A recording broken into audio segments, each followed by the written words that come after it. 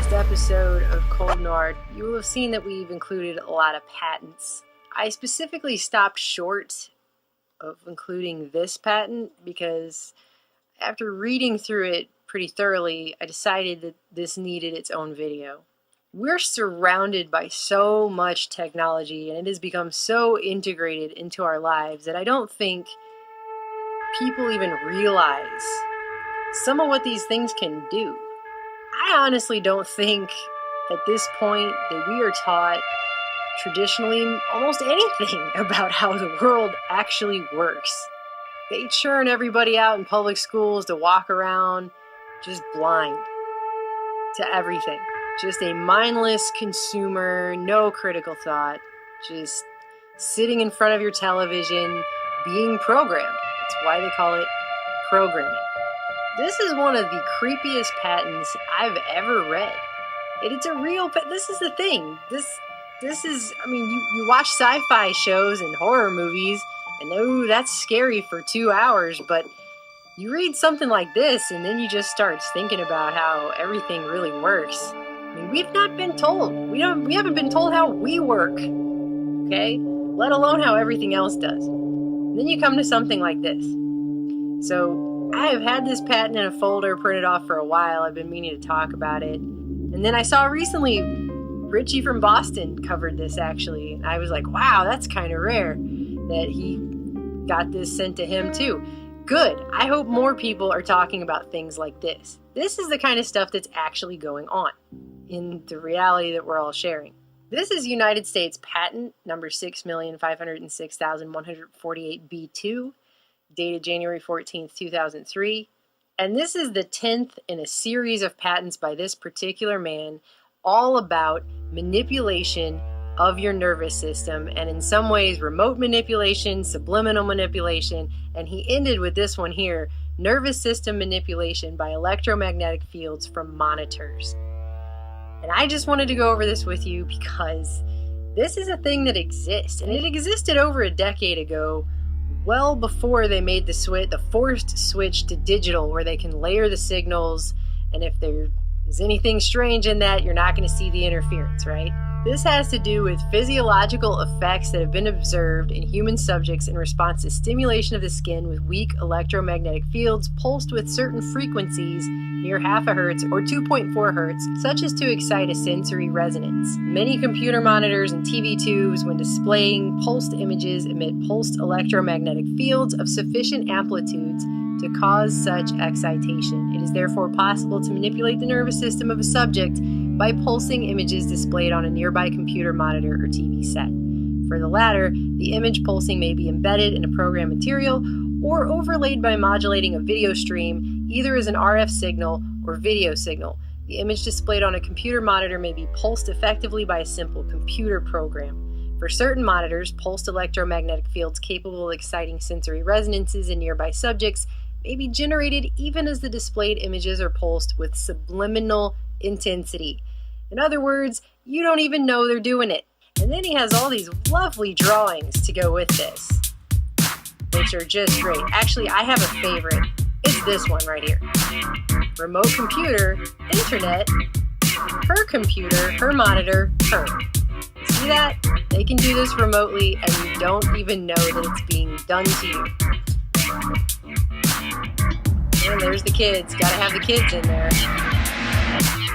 Anyway, he goes on to say that the electric field in studies by Norbert Wiener, that would be the father of cybernetics back during World War II and the Cold War, was arranged to provide a direct electrical driving of the brain. That's what this kind of stuff is based on.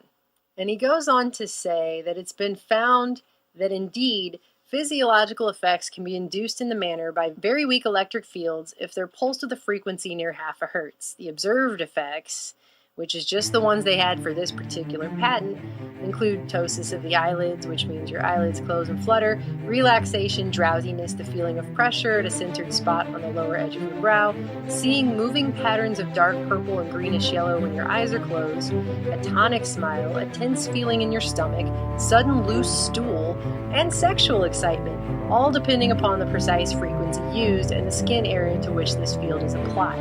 So, you ever watch a movie and you're not really feeling it all that much? Let's say it's a romantic movie, and you're not really feeling it, and something happens, and the two characters are swooning, and they play that swell of music, and even though you're not really feeling it, you kind of think the movie's lame, you still get emotional.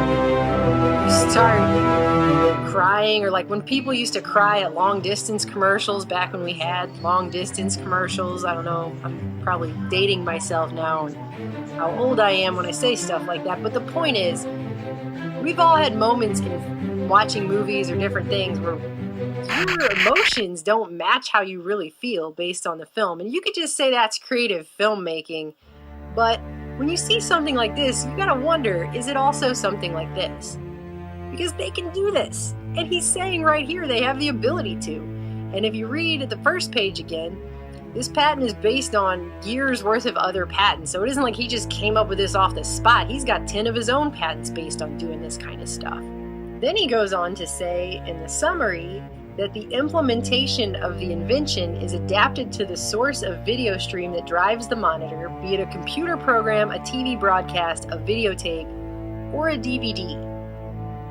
And a program written in Visual Basic is particularly suitable for use on computers that run Windows 95 or 98. That's how basic this technology is. Okay? It does not take much. They can use Visual Basic to run it on Windows 95. Okay? So, and this is all those years ago. I have no idea what they have today. And it is to the point that at the end of his own patent, in the summary, this man, Hendrikus Luz, says, certain monitors can emit electromagnetic field pulses that excite a sensory resonance in a nearby subject through image pulses that are so weak as to be subliminal. This is unfortunate since it opens a way for mischievous application of the invention whereby people are exposed unknowingly to manipulation of their nervous systems for someone else's purposes. Such application would be unethical and is of course not advocated. It's mentioned here in order to alert the public to the possibility of covert abuse that may occur while being online, while watching TV, a video, or a DVD. I've read a lot of patents actually in my day, and I've never seen somebody warn in their own patent of the covert misuse of something the way that guy just did in his own patent. What makes it even more disconcerting is when you look up information about this, and other people have looked up because they've seen all these patents and they went, what the hell? And if you go look at his history, it becomes much more disconcerting that he's coming up with these things. It wasn't like he just thought of this by himself and randomly came up with it. This is a guy who during the 50s was working with Plasmodine Corporation and then Douglas Aircraft's Advanced Research Department. Douglas Aircraft, of course, linked to Lawrence Rockefeller, lots of black Cold War projects going on with them. Then he went on in the 80s and started working on government projects as a contractor with the likes of the Department of Defense, the Department of Health and Human Services, and the Defense Advanced Research Projects Agency, DARPA. So that's Hendrikus Luz. They go on to say in this article that he had a website called qwave.com, but it's nothing more of a copy of the site. But I actually went back to the Wayback Machine and found the old website that this guy started. And after reading through Are You Sensitive to Electric Fields and the Q&A that he has here, I feel like the guy almost has remorse for what he's created. How he figured out through this series of patents that he put out over the 90s and the early 2000s that he was coming up with something that wasn't actually very good. And so he wanted to warn people about it. And that's kind of what I get, the sense I get from this website of his that he had up at the time. This is no longer a current website, but back in the day he had this, and he said that depending on these frequencies, relaxation, drowsiness, sexual arousal, he knew he could cause all these things with this program. And he says that electric field pulses capable of exciting a sensory resonance can be generated by small insulated electrodes packed flat in the space of a credit card. So it doesn't take much for this. This can be just put right into the television monitor. It can be put right into your VCR, your VHS tapes. I mean, computer programs, anything, computer monitors, whatever, right? Since we cannot sense the field directly, our nervous system can thereby be manipulated covertly for someone else's purposes. And then he was selling for rather cheap, $14 at the time, a program that you could buy and put onto your computer, and then you could test it on yourself to see how susceptible you are to this. And that's what his whole website is about. And then under the Q&A section, he's got all of his other patents. And like I said, you have everything here. Subliminal acoustic manipulation of your nervous system, manipulation of nervous systems by electric fields, magnetic excitation, pulsative manipulation. I mean, he's got it all right here.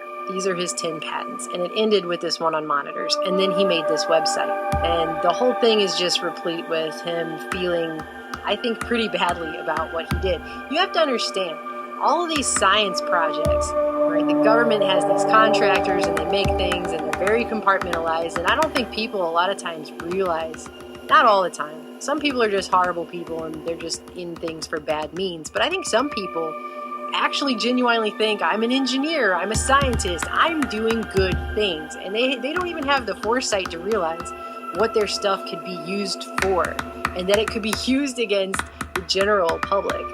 That's what this patent is, and that's just one.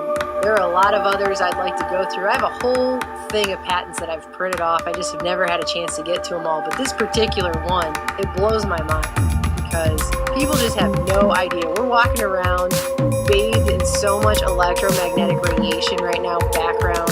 Human beings have never been exposed to the level that humanity is currently being exposed to in our modern technological age. And we're carrying cell phones in our pockets, we're sitting in front of our computer monitors, we're sitting in front of our television sets. And people just don't have any idea the myriad uses that these things can be put to, all the stuff it can do. People are just blissfully ignorant, they don't know. And I personally don't want to go through life blissfully ignorant. I'd like to be informed. I mean, when I think of this, it reminds me of Videodrome. If you haven't seen the movie Videodrome, it's a very weird, creepy, violent movie, but they said in that movie the battle for the minds of North America would be fought in the Videodrome, and it was about programming that was turning people violent and crazy. And I mean, he mentioned some of the things that weak electromagnetic fields can do at certain pulsed frequencies, but that was not an exhaustive list of everything that they can do. And I bet it's a lot more than just making people cry at sappy movies. All right? So, I just thought you guys should be aware of that. You always get people coming into your videos and they say things like, what am I supposed to do with that information? Well, it's supposed to help empower you to at least know that this is a thing. His face did shine as the sun, and his raiment was white as the night.